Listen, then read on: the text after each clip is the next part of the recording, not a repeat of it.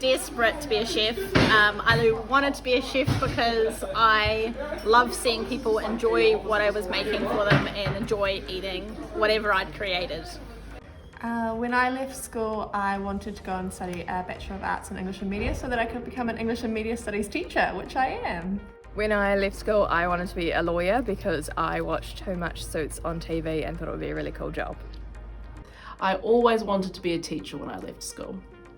I left school, I wanted to work in television production because it seemed like a really fun and exciting industry, and I had hoped to one day produce my own travel show, which I am yet to do.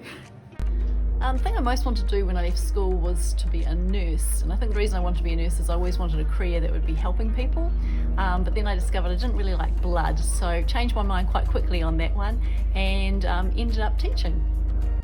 I didn't know. I had some loose ideas around what I was interested in, but I didn't know what I wanted to do for a job, and it took me quite a while actually after school to figure out where I was going and what I wanted to do, and here I am. Well, it's a tricky one. I didn't really know. I thought I wanted to be the stop-go man. That looked pretty exciting when I saw them on their on the roadworks, and firemen, of course. But then I applied for a range of jobs when I left school from the dairy industry, and one I got, which was down at Air New Zealand in Auckland. But to be honest, I had no real idea what I wanted to do, and I was there 12 years, and then I decided that wasn't what I wanted to do anymore, and that's when I went off to university and then did my teacher training, and here I am. I wanted to be a mechanic, but I decided I also liked school too much, so I stayed at school, and then I ended up studying physics at university. When I left school, I really wanted to be a clinical psychologist because I wanted to sort of get deep down into why people did things, and I wanted to investigate mental health. I was super keen to be an archaeologist because I got to study that when I was at school, and that seemed like a pretty exciting, awesome job. Still seems like a pretty exciting, awesome job, maybe one day. Also for a while I thought about being a pilot, but that involved focusing way too much at school, so that was never going to happen. Working at a holiday program in my last year of high school, I discovered that working with young people, helping them achieve goals and overcome challenges was something that I was really interested in. Helping people is something that makes me really happy, and I consider myself really lucky that I've been able to do multiple jobs that involve something I'm passionate about. So I think my dream when I was a little girl was to be a vet, but then at school I really liked English, so I decided to do a Bachelor of Arts in English Literature and Civilization, and then I wanted to be an English teacher.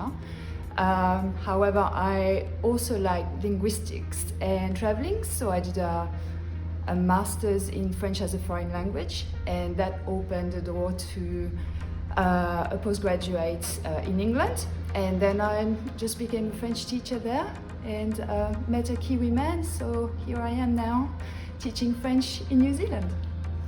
When I finished school, I had absolutely no idea what I wanted to do, so I went and started studying a course that just looked like it might be fun, and I really struggled. I ended up flunking out of that, tried a couple of other small studies, and then eventually ended up taking a year trying to figure out what I needed to do, and with some inspiration eventually decided that teaching was the way to go.